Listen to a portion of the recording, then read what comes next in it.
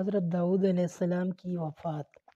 حضرت ابو ہریرہ رضی اللہ تعالیٰ عنہ فرماتے ہیں کہ رسول اللہ صلی اللہ علیہ وسلم نے فرمایا، حضرت داؤد علیہ السلام بڑی غیرت والے نبی تھے۔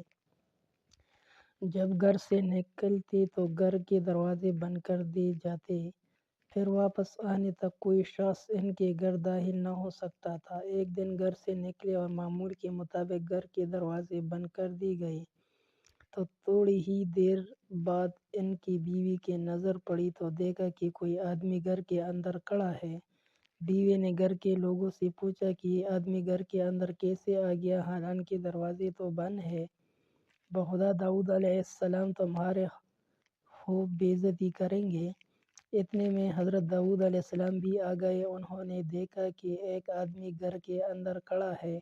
حضرت داؤد علیہ السلام نے ان سے پوچھا کہ تم کون ہو؟ اس آدمی نے جواب دیا کہ میں وہ شخص ہوں جو کسی بادشاہ سے بھی خوفزدہ نہیں ہوتا اور کوئی چیز میرے سامنے رکاوٹ نہیں بن سکتی۔ داؤد علیہ السلام نے فرمایا کہ تم یقیناً موت کے فرشتے ہو۔ میں اللہ کے حکم کے آگے سر تسلیم خم کرتا ہوں۔